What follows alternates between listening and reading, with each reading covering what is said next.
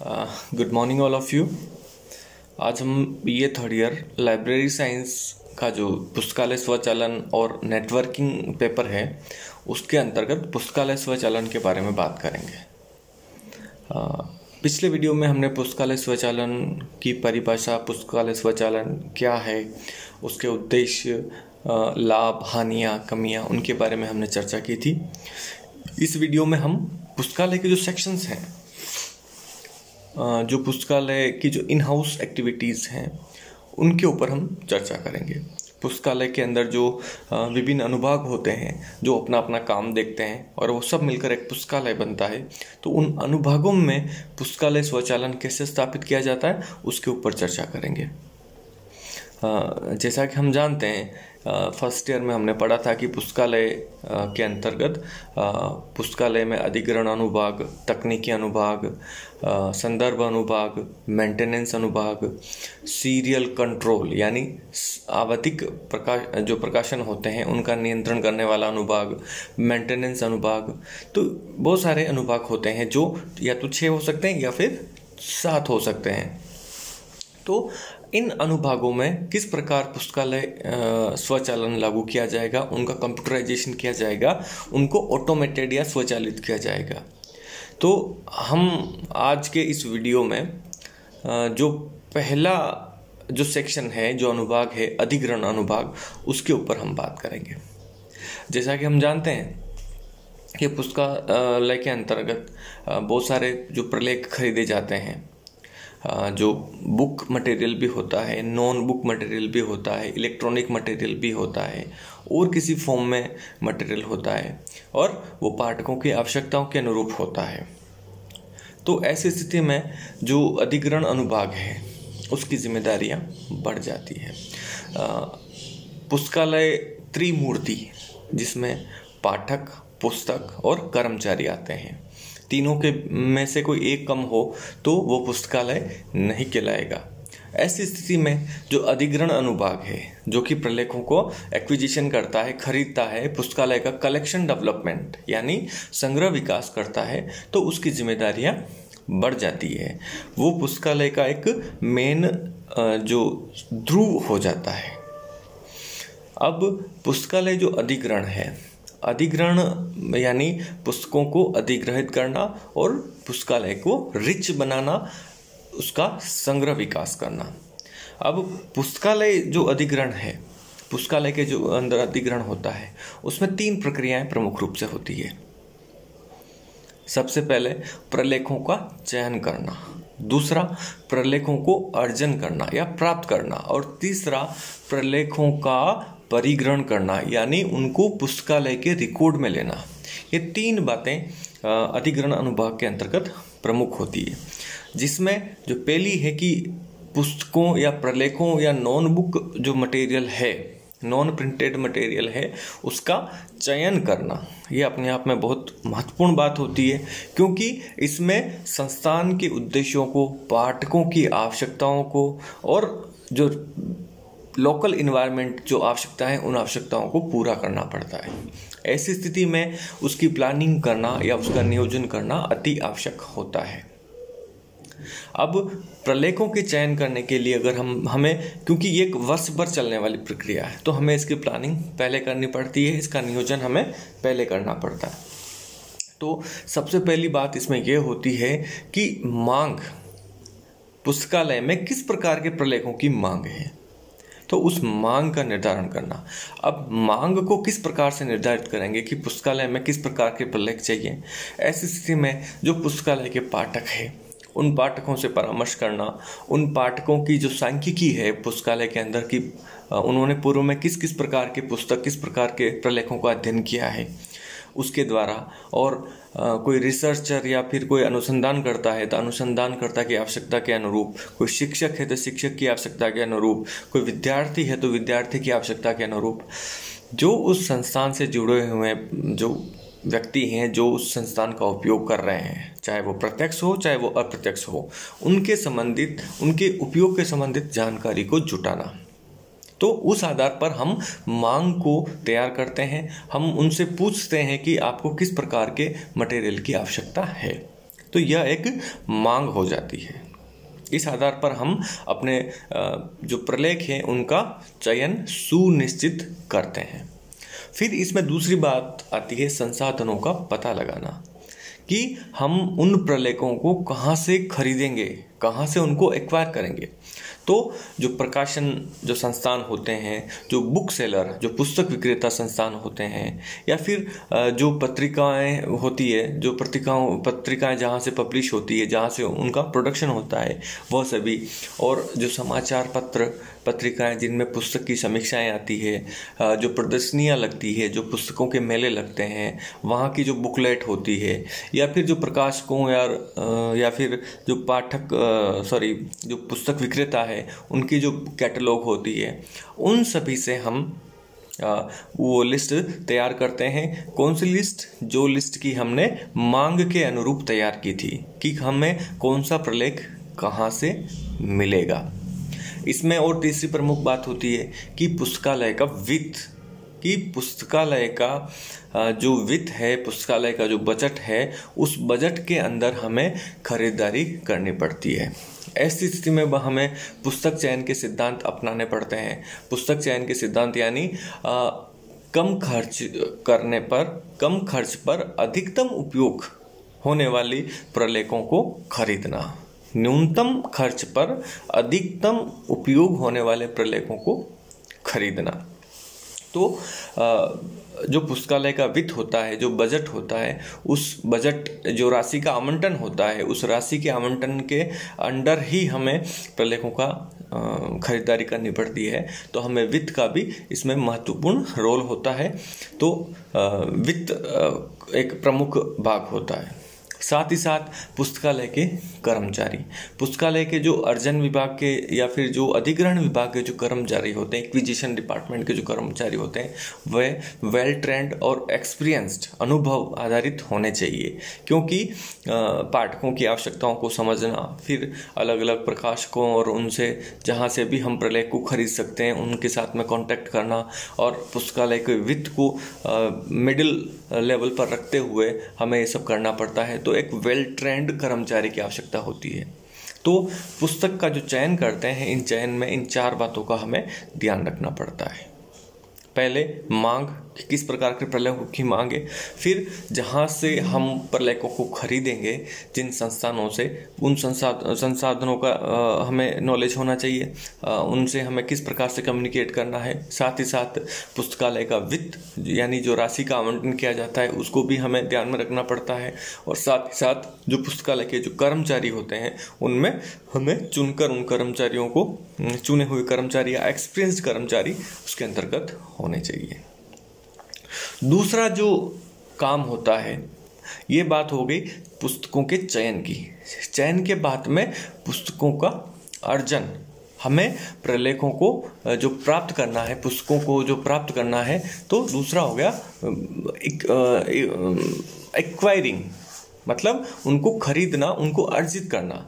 ऐसी स्थिति में जो हम खरीदारी करते हैं, तो खरीदारी करने के लिए हमें उनको जो मांग के द्वारा हमें पुस्तकें प्राप्त हुई है उनसे हमें उनकी लिस्ट तैयार की जाती है।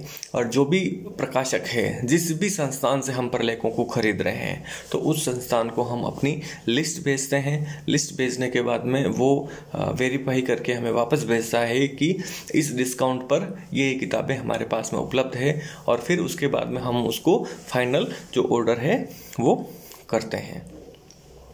तो फाइनल ऑर्डर करने पर वो जो भी प्रलेख होते हैं, जो हमने खरीदारी या जो भी हमने उसको लिस्ट भेजी है, उसके अकॉर्डिंग वो हमें हमारे दिए गए एड्रेस पर, हमारे पुस्तकालय के एड्रेस पर उसके द्वारा भेजे जाते हैं।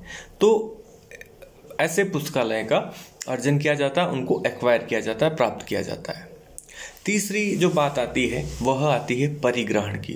तो परिग्रहण यानी उन पुस्तकों को ऑन रिकॉर्ड करना, अपने पुस्तकालय के रिकॉर्ड में स्थापित करना। तो जिस प्रकार से वो बिल भेजता है पुस्तकों के साथ में, तो हमें सबसे पहले जो पुस्तकें आती है, जो बंडल्स आते हैं, उनको चेक करना चाहिए कि कोई कटा फटा तो नहीं है, कोई कमी तो नहीं है। तो वो बिल के आधार पर हम सब कुछ करते हैं। जो एडिशन हमने लेटेस्ट एडिशन मंगवाए हैं वो है कि नहीं है।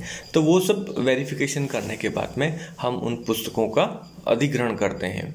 अधिग्रहण करने के लिए हमें एक अधिग्रहण पंजिका होती है, जो पुस्तकालय का मुख्य रजिस्टर हो सकते हैं होता है, जिसे हम एक स्टॉक रजिस्टर भी बोल सकते हैं, लेकिन पुस्तकालय की भाषा में उसको परिग्रहण रजिस्टर बोलते हैं, यानी एक्सेशन रजिस्टर। उस एक्सेशन रजिस्टर के जो अंतर्गत जो पुस्तक होती है, जो प्रलेख होता है, उसका संपूर्ण विवरण आ जाता है।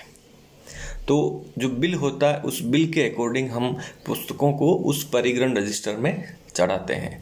परिग्रहण रजिस्टर में उस पुस्तक के संपूर्ण जीवन के बारे में इंफॉर्मेशन दी होती है, पुस्तक की खरीदारी से लेकर पुस्तक जब तक कि हम अपने संग्रह से वापस उसको बाहर न कर दें, या उस पुस्तक के खो जाने तक उसके संपूर्ण जो भी बात होती है वो उस परिग्रहण रजिस्टर में विभिन्न कॉलमों के माध्यम से तैयार होती है। तो वो पुस्तकालय का एक स्टॉक रजिस्टर होता है, पुस्तकालय की सबसे महत्वपूर्ण प्रॉपर्टी होता है। पुस्तकों का जो रिकॉर्ड है वो रिकॉर्ड उसी परिग्रहण रजिस्टर में रखा जाता है, और एक यूनिक नंबर दिया जाता है परिग्रहण रजिस्टर के द्वारा प्रत्येक पुस्तक की पहचान के लिए। उस पुस्तक को फिर जब भी पुस्तकालय के द्वारा जो सर्कुलेट किया जाता है, मांग के आधार पर आगम निर्गम किया जाता है या इशू किया जाता है, वापस रिटर्न किया जाता है, तो उसी नंबर के आधार पर किया जाता है। उस पुस्तक को पुस्तकालय में उसी नंबर से जाना जाता है, और वह उस पुस्तकालय के परमानेंट नंबर होते हैं। परिग्रहण रजिस्टर होता है जिसमें विभिन्न कॉलम्स बने होते हैं। कॉलम में पुस्तकालय की संपूर्ण जीवन, जिसमें पुस्तकालय कहाँ से खरीदी गई, पुस्तकालय का टाइटल, उसका लेखक, उसकी जो कीमत है, कौन सी वॉल्यूम है, कौन सा एडिशन है, कितने पेज हैं, उसकी जो फिजिकल जो लंबाई चौड़ाई है, और उसके संदर्भ में कोई टिप्पणी है, तो सभी प्रकार की सूचनाएं एक आदर्श परिग्रहण रजिस्टर में 17 कॉलम होते हैं। तो वह जो पुस्तक का जो संपूर्ण जो डेटाज होता है वो उस परिग्रहण रजिस्टर में सम्मिलित किया जाता है, और उसमें एक जो यूनिक नंबर होता है जो उस पुस्तक को दिया जाता है, जो उस पुस्तक के विभिन्न जो पेज होते हैं उनके ऊपर लिखा जाता है, और पुस्तकालय की उसके ऊपर सील लगाई जाती है। अब पुस्तकालय का जो परिग्रहण रजिस्टर होता है, वो परिग्रहण रजिस्टर 2-3 प्रकार के होते हैं। जैसे एक तो हम जो ऑर्डर देके जो पुस्तकालय स्वयं खरीदता है उनका अलग से परिग्रहण होता है। एक जो डोनेटेड किताबें होती है, जो बाहर से डोनेशन के द्वारा प्राप्त होती है, उनका अलग से परिग्रहण रजिस्टर होता है। तो पुस्तकालय अलग अलग परिग्रहण रजिस्टर को संधारित करता है, उनको अलग अलग यूनिक नंबर पुस्तकालयों को प्रदान करता है। तो परिग्रहण रजिस्टर होता है जिसके द्वारा ये सब काम किए जाते हैं।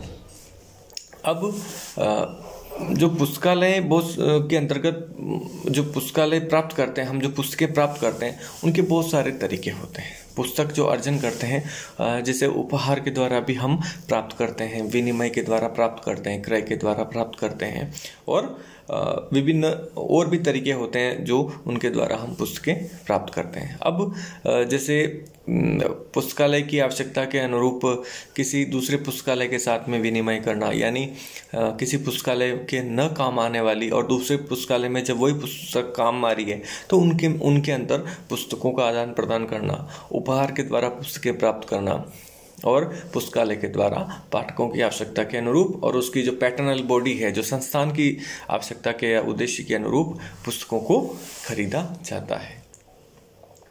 और जो उपहार से प्राप्त हुई पुस्तकें हैं उनको अलग से परिग्रहित किया जाता है, यानी उनका अलग से एक्सेशनिंग की जाती है, और जो पुस्तकालय के द्वारा स्वयं के द्वारा खरीदी जाती है उन पुस्तकों की अलग से उनको परिग्रहित किया जाता है। परिग्रहण रजिस्टर होता है वो एक परमानेंट रजिस्टर होता है पुस्तकालय का, और एक पुस्तकालय की प्रॉपर्टी होती है, और जिसे हम पुस्तकालय का स्टॉक रजिस्टर भी बोल सकते हैं। संपूर्ण रिकॉर्ड होता है जो स्थायी और अस्थायी, उन सभी को पुस्तकालय के अंतर्गत रखा जाता है, परिग्रहण रजिस्टर के अंतर्गत रखा जाता है। अब ये बातें हो गई सामान्य बातें परिग्रहण विभाग की, कि परिग्रहण विभाग किस प्रकार से पुस्तकों को परिग्रहित जो अधिग्रहण है वो पुस्तकों का चयन करता है, और चयन करने के बाद में उनको अर्जन करता है यानी प्राप्त करता है, खरीदता है, और उन खरीदने के बाद में किस प्रकार से अपने रजिस्टर में चढ़ाता है। अब बात करते हैं इन कामों में पुस्तकालय के अंतर्गत कंप्यूटर का उपयोग करना। तो हमने सेकेंड ईयर में कुछ मॉड्यूल अपने सॉफ्टवेयर के बारे में चर्चा की थी, जैसे सॉफ्टवेयर फॉर यूनिवर्सिटी लाइब्रेरी यानी SOUL SOUL, और अपने CDS IS ई ग्रंथालय GSDL और भी कोहा। तो ये सभी जो सॉफ्टवेयर थे, इन सॉफ्टवेयर के जो होते हैं उनमें जो मॉड्यूल होते हैं, मॉड्यूल यानी जो पुस्तकालय के जो अनुभाग होते हैं, वही अनुभाग सॉफ्टवेयर की भाषा में, पुस्तकालय सॉफ्टवेयर की भाषा में मॉड्यूल कहलाते हैं। तो जैसे SOUL सॉफ्टवेयर के अंदर एक्विजिशन मॉड्यूल था, एडमिनिस्ट्रेशन मॉड्यूल था, सीरियल कंट्रोल मॉड्यूल था।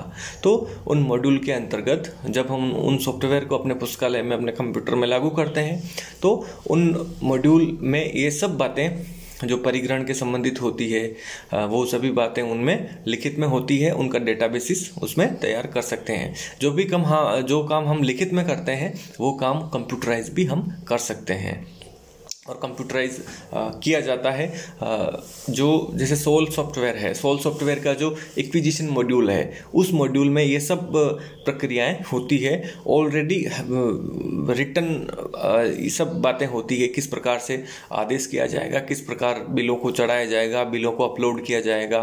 उन जो परिग्रहण रजिस्टर होता है उसका भी एक जो सॉफ्टवेयर में सिस्टम होता है जिसके अंतर्गत उनको परिग्रहित किया जाता है। तो ये सभी काम जो भी हमने बात की थी वो सभी काम हम ऑनलाइन माध्यम में सॉफ्टवेयर के द्वारा भी हम कर सकते हैं, और सॉफ्टवेयर के द्वारा करने से ये फ़ायदा रहता है कि समय की बचत होती है। रेगुलर जो रूटीन वर्क्स होते हैं वो रूटीन वर्क्स कंप्यूटर के द्वारा किए जा सकते हैं, और जो एक्यूरेसी है वो एक्यूरेसी काम की हमारी बढ़ जाती है। तो पुस्तक चयन के संबंधित फॉर्मेट्स जो होते हैं वो भी कंप्यूटर के द्वारा, जो सॉफ्टवेयर के द्वारा तैयार किए जाते हैं, उनको प्रिंट आउट निकाल कर हम उनकी मांग, जो चयन के लिए जो मांग है उस मांग को हम निर्धारित कर सकते हैं। जो भी प्रकाशक और जो पुस्तक विक्रेता या जो भी प्रदर्शनियाँ वगैरह होती है उनका रिकॉर्ड पहले हम चढ़ा सकते हैं पहली बार में, उसके बाद में टाइम टू टाइम वो अपडेट होता रहता है। और जब भी प्रकाशक कोई नई पुस्तकें या नया कोई जो रिकॉर्ड है वो उसमें एडिट करता है तो वो सब अपने सॉफ्टवेयर के द्वारा हम एडिट कर सकते हैं। तो जो भी जो व्यवस्थाएं हैं, जो सुविधाएं हैं, जो आवश्यकताएं हैं, वो सभी उस मॉड्यूल में रहती है। साथ ही साथ में जो बिलिंग की जो प्रक्रिया है, एक्सेसनिंग की प्रक्रिया है, वो भी उस मॉड्यूल के अंतर्गत की जाती है। तो इस प्रकार से हम जो अधिग्रहण का काम है वो भी जो हमारा पुस्तकालय है उस पुस्तकालय में आराम से कंप्यूटरीकृत कर सकते हैं, और उस काम को अत्यंत सरल और सुविधापूर्वक और एक्यूरेट कर सकते हैं, जिसमें गलतियां होने की संभावना कम रहती है। नेक्स्ट वीडियो में हम दूसरा सेक्शन के बारे में हम चर्चा